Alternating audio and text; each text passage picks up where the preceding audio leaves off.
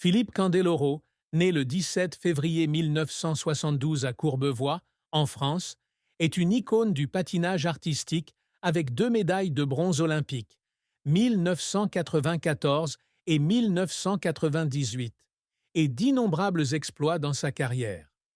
Mais derrière son sourire éclatant et ses performances énergiques sur la glace, Philippe porte en lui une profonde tristesse, dont la plus grande est sans doute le tragique accident survenu dans l'émission de télé-réalité Dropped le 9 mars 2015. Il a échappé de justesse à la mort dans une collision entre 2 hélicoptères à Villa Castelli, en Argentine, qui a fait 10 morts, dont des athlètes célèbres comme Camille Muffat, Alexis Vastine et Florence Artaud. Cet événement fut non seulement une grande perte pour lui, mais il lui laissa également une blessure mentale indélébile. Philippe a survécu grâce à un coup de chance. Il a été contraint d'attendre le prochain vol, car l'hélicoptère était déjà plein. Témoin de l'accident depuis le sol, il est tombé dans un état de choc sévère. Je suis resté là, impuissant, à regarder le feu s'embraser et mes amis partir pour toujours, a-t-il déclaré à France Dimanche. Je ne peux pas m'empêcher de me demander pourquoi je suis encore en vie. Cette tristesse ne vient pas seulement de la perte d'amis proches, mais aussi de la culpabilité du survivant.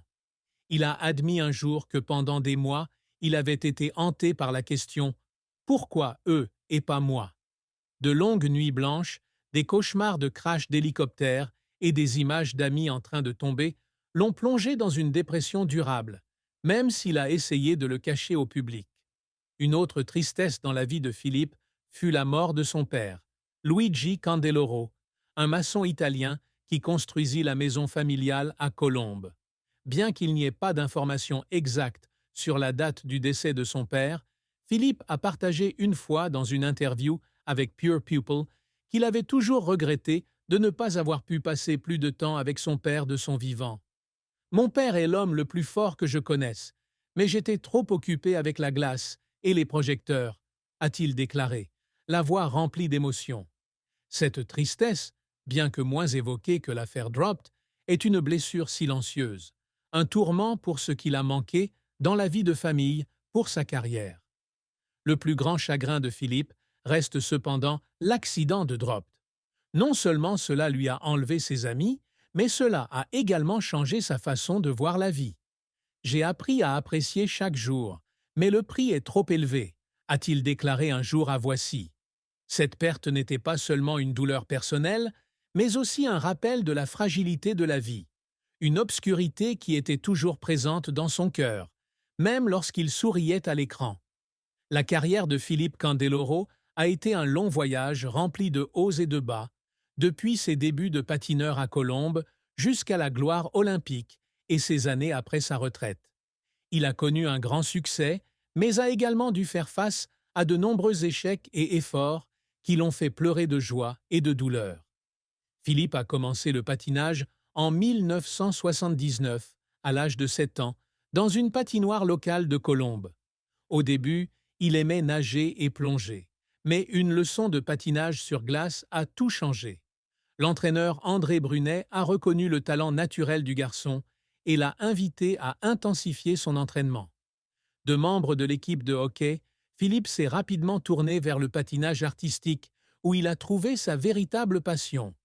Il suit des stages d'été à Font-Romeu et décline à 10 ans une invitation au Centre INSEP de Paris pour séjourner à Colombes avec Brunet.